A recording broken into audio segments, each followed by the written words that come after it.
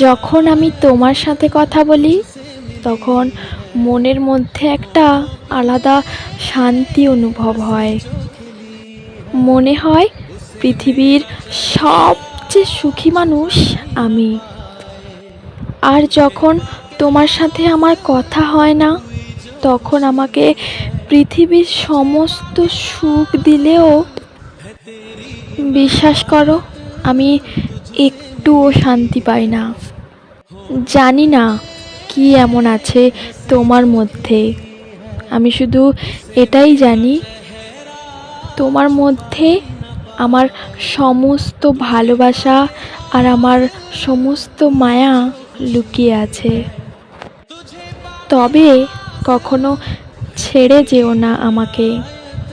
পানি থেকে মাছ তুলে আনলে যেমন মাছটা ছটপট করতে করতে মারা যায়, আমিও ঠিক এভাবেই মারা যাব যদি তুমি আমাকে কখনো ছেড়ে চলে যাও।